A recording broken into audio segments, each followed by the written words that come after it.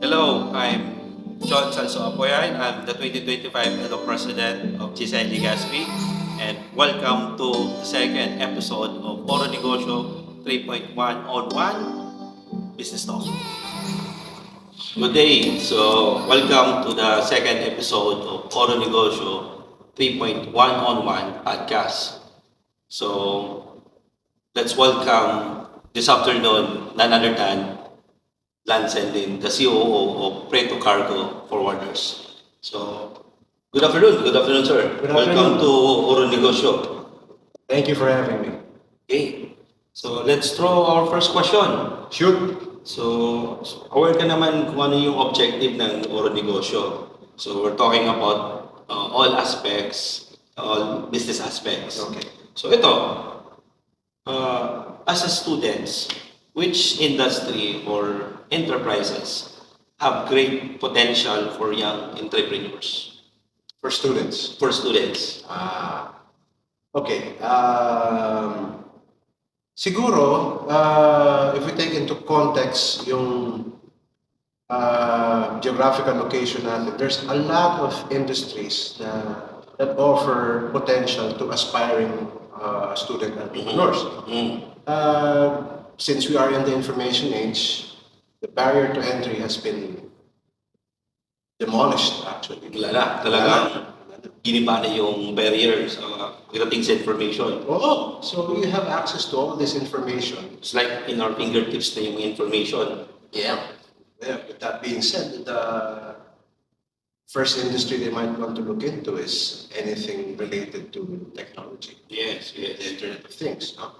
So you could start there if you have an inkling towards creating demand or answering an existing demand. Mhm. Pwede niyo pong pasundin yun. Or, given that we are in Bicol, in Albay, Mhm. you could also capitalize on culture, Yes, yes, tourism. yes. So, many aspects. Kasi if we're talking about students who are aspiring to be entrepreneurs, primarily, ang nagiging concern lagi dyan is, ano ba yung pwedeng pasukin? Given the considerations na estudyante yung gagawa. Yes, no? So, pag nagtanong ka ng estudyante, ano mo gusto mong gawin? Ngayon, makikita mo, maglakad-lakad ka sa Merino Boulevard, makikita mo, ang daming nagtitindang kape, Yes, yes. food items. So maybe start there. Clearly, there is a demand for coffee, but how do you set yourself apart from the rest na gusto rin magnegosyo? So maybe capitalize on tourism, integrate that into,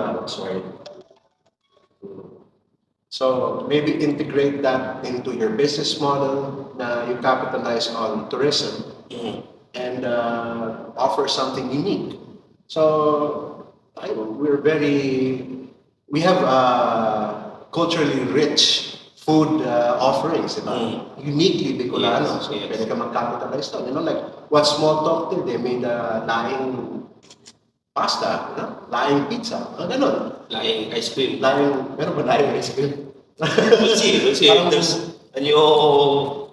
innovation ng mga products natin. Kung may makagawa nun, parang medyo surprising. Sila ice cream, yeah. Lance, meron akong business perspective. I want Okay. to make biscuits made of laking. That seems peaceful. So, looking into dry it up and powderize it, and that's time we can bake it into biscuit. Yes. Yeah. Pero pwede yun. Ganun, mga ganun. These are all ideas. No? Mm. Foundation of any business is an idea. Idea, yes. There's a lot of things actually. Pero you might think that idea is the most important thing, but actually it's timing. Yes. After the idea, the next problem is capitalization. Funding, yes. Funding. So, paano natin siya pupuntuhan? The ideas, how to make the ideas into a reality. Yeah. So, one of the most problem is funding. So, especially sa mga students, walang masyadong fund. Kung scholar pa sila ng parents nila, talagang totally walang fund. So, yun ang mga isang mga constraints or challenges sa mga students. Yes. So, Another question. What makes do first-time business owners often make, or how can students avoid them? Sorry, ano yan? What mistakes do Mistakes. first-time business owners often make, and how can students avoid them? Di ba? As first-time business owners, ako din dati, nung mga una kong business na pinasok, nagkalugi-lugi kasi nasa process of learning pa lang ako doon. So, ikaw as a long-time business, into a business, anong magbibigay natin tips sa mga listener natin, sa mga viewers natin, na hindi na nila ma-encounter yung same mistakes na nagawa natin before. Well, actually, encountering those mistakes, in my opinion, is a necessity if you want to grow in business. People see yung mga nagsasucceed na business, but people don't see the businesses that fail. Now, I don't really encourage people to go into business half-hearted. Oo. So sabihin, kung ang tingin mo ang pagnenegosyo ay kukuha ka lang ng dividends, ng profits from your business, hindi yun ang negosyo. You would know. You would Yes, know. yes. Ilan ba businesses mo? Ilan mo business? You would know, di ba? As far as I can count, 3-4 businesses na pinutap ko, and I end up losing it. So, Pero it didn't deter you, di ba? yes. So that's a criteria, a quality that's inherent for those aspiring entrepreneurs. You need to have the tenacity, the grit to be able to continue and see through what you started. Yes. Now, a mistake that I see very commonly made is underestimating the power of information. I have this business idea, rin magsasabi. I have this business idea, and then they pitch it. That's a good idea. Ito naman yung mga kaibigan mo, di ba? Yung mga kaibigan mo, syempre supportive yan. Oo. Ang ganda ng idea mo. Oo. Magiging milyonaryo ka. Oo. So, you're bathing in all this positive reinforcement. You can do it, kaya mo yung gawin. Now, in that scenario, there's a different aspiration going on in your head. Like everything's going to go according to Yes. To your plan. to your plan. Yeah, it's funny. I was just watching a TED talk and they quoted Mike Tyson. Mike Tyson was saying, "Everybody has a plan until they get punched in the face." Oo. Diba? Oo. So kung if you want to go into entrepreneurship and you can take a punch to the face, Yes. then go for it. Like I was saying, yung mistake that they very often make is not doing their market research, not doing benchmarking, not having all the pertinent information before starting a business. Yung tipong diving headfirst. Yes. So, very important to those aspiring entrepreneurs. So, yun, tama. Naalala ko dati, yung isang business na pinutap namin is talagang nag-dive agad kami. Kasi we see the demands. Yeah. But without looking for your information, how to run and handle those kind of business, yun ang lacking sa amin. Basta na lang kami dive into, may mga kapartners kami, meron na kami funding, and we go. After we go, we don't know where to go. Oh, yun nga. That's why yun na yung punch to the face. Yun.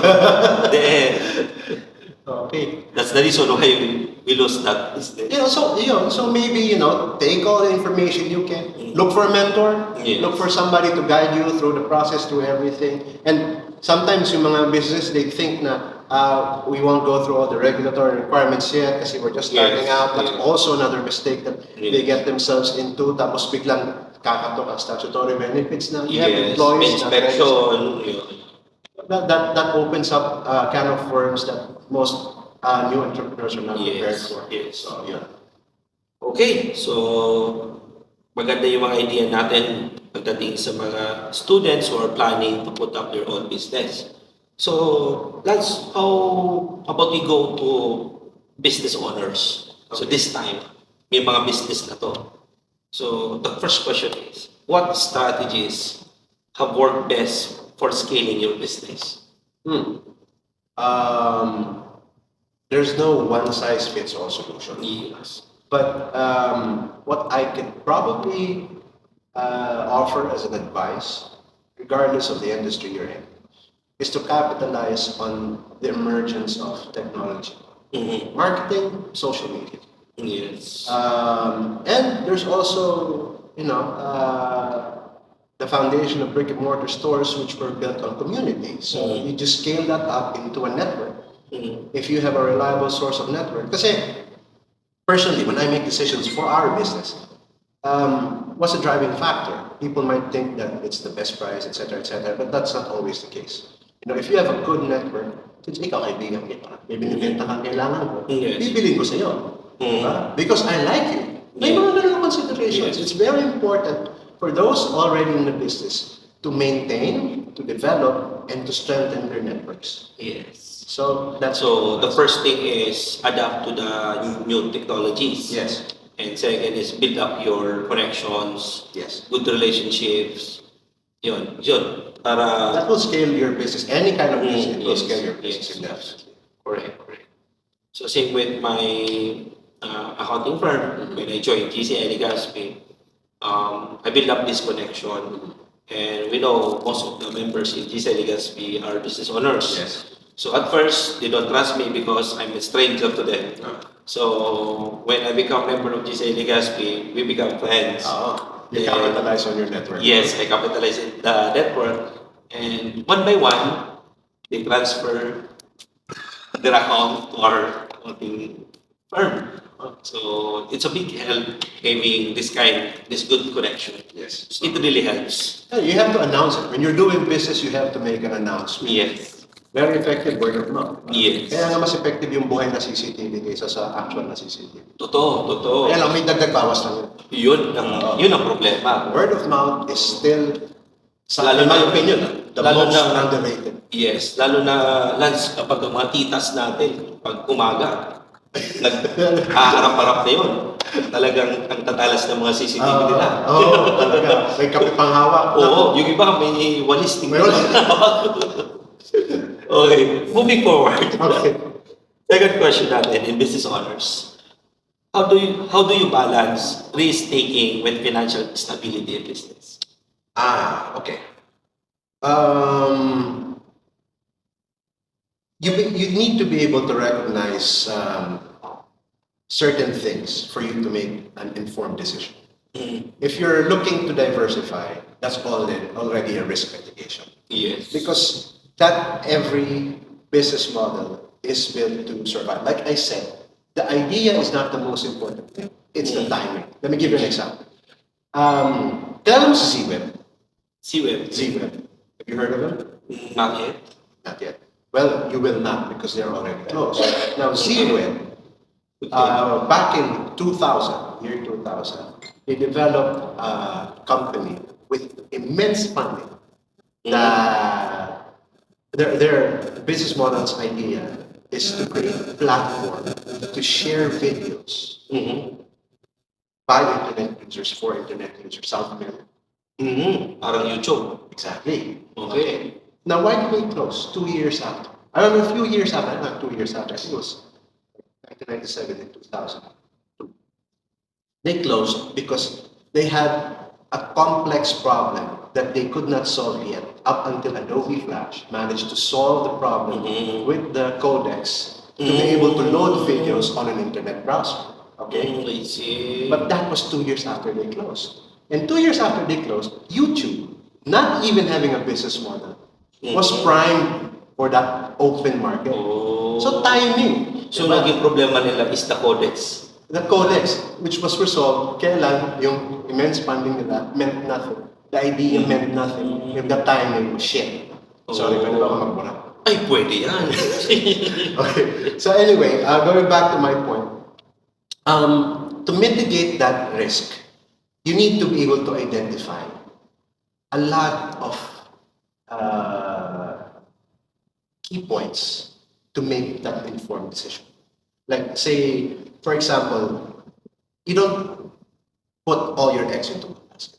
Yes, correct. You don't put both feet to test the depth of a river. Diba? So diversification is already risk mitigation, but where you're doing that is also as important as diversification. Now, with any business, kahit ano pang sabihin mo, no matter how seasoned you are, lahat ng business may risk. Yes. Diba? It could be well-funded, the idea could be fantastic, the business model could be so good, the timing is right.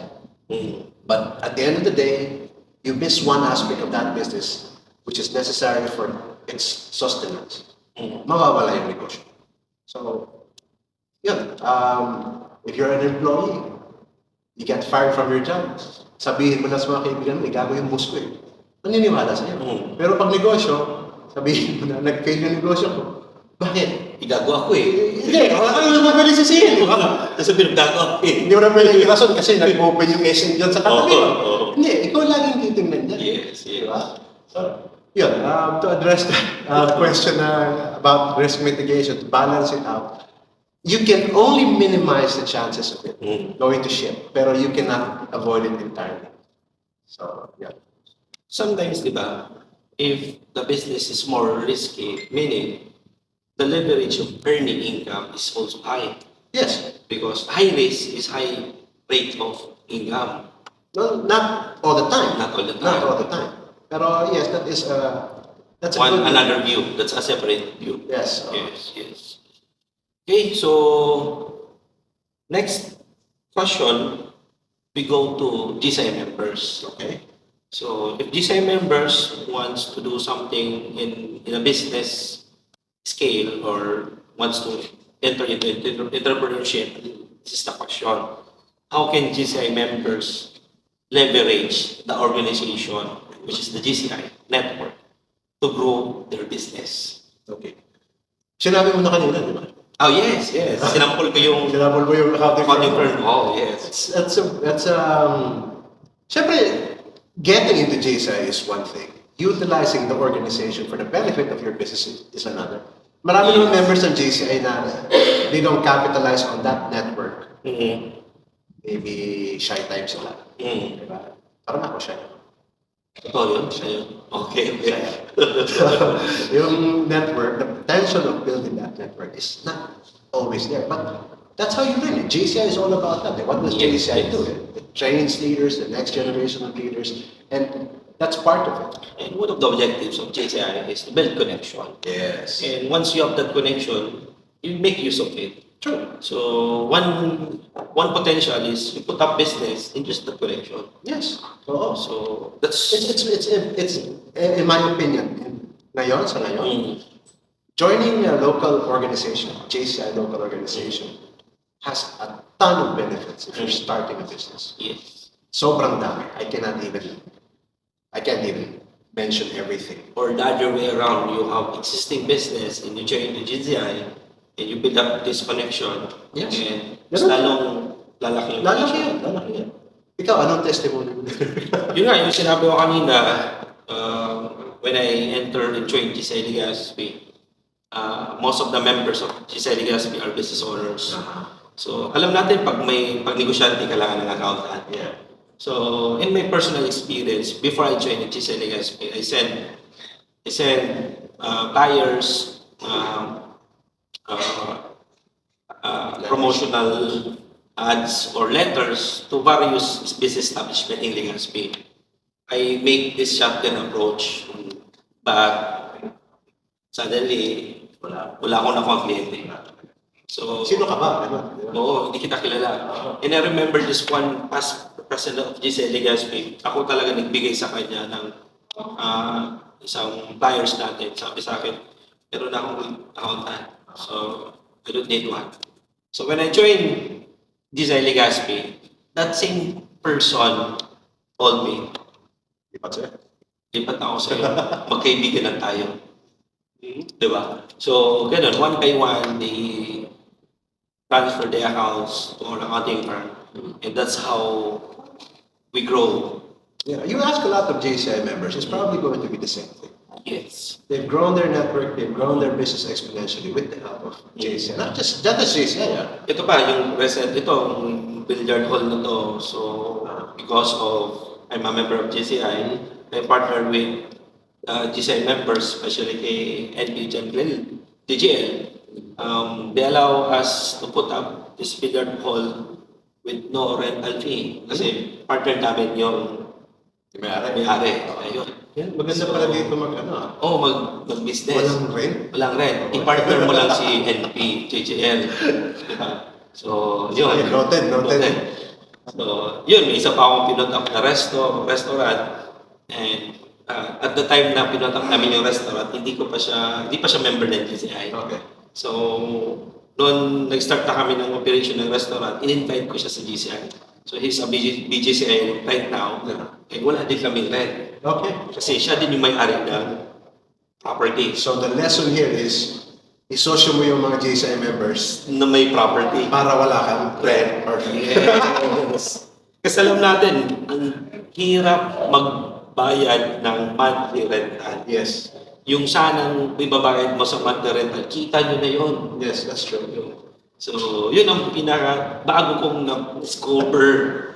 So, paano ka makakakuha ng ganitong klaseng partner kung wala kang connection? True, true. So, it's because of GCI, I built up this connection. And it also opens them up to, go into these business ventures na merong element ng trust because you are both members of the same local organization. Yes, that's correct. So, yeah, I mean, we're joking now na walang rental, all that. Pero you have to be able to recognize that this is an opportunity that opened up because you are both members of JCI. Yes, correct. Okay? Okay. Parang medyo hindi naman tayo gago totally. Medyo sa Next question. Okay. To GCI members natin. How can GCI projects like this one, the Oro Negosyo, assist budding entrepreneurs in their community? That's for JCI members. Huh? Yes. Well, I mean, we're talking about business na it's unrestricted na conversation. Yes, yes. It's an open-ended discussion. It's similar to what you can gain from siguro, if you listen to podcasts, you look at shorts or reels online, you get the same amount of knowledge. I mean, the same, basically in the same. You're on the same. You're talking about the same things, but with this particular project, you have the element of it coming from somebody who's local, who has first-hand experience, and much more relatable to. Yung nag-interview, ang guwapo pa. Ayun, yun. Yung makukuha nila doon. Kahit hindi. Tsaka yung in-interview, ang macho pa. Diyos ko. So, talagang susubaybayan yan ng mga followers natin. So, yun. So, one of the objective of Oro Negosyo is, of course, to give insights, ideas, new ideas to our local business owners, not just GCI members. Okay. But they are all business entrepreneurs in our locality. And of course, to all our listeners sa Facebook and sa podcast natin, sa Okay. Spotify, GCI Legazpi Now. So yun. So yun ang mga magiging benefits in doing this kind of business. So yung idea of this kind of project is hindi lang to limited to the Oro Negosyo. Maybe we can inspire other chapters, LOs, to do the same kind of project and adapt it in their own LOs or Yes. community. So, hoping... Align ba siya sa ano? Align ba siya dun sa is there anything with economic growth? Meron tayo, one of the 4 areas of responsibility is the business entrepreneurship. Okay. So, this is one of the best that we can offer into our community. So Yes. you're advocating for the establishment of new businesses Yes. and the improvement of those existing ones. Yes. Okay. So, yun yung pinaka-objective ng Oro Negosyo. And it's a free discussion forum where you can get a first-hand idea from the well-experienced business owners.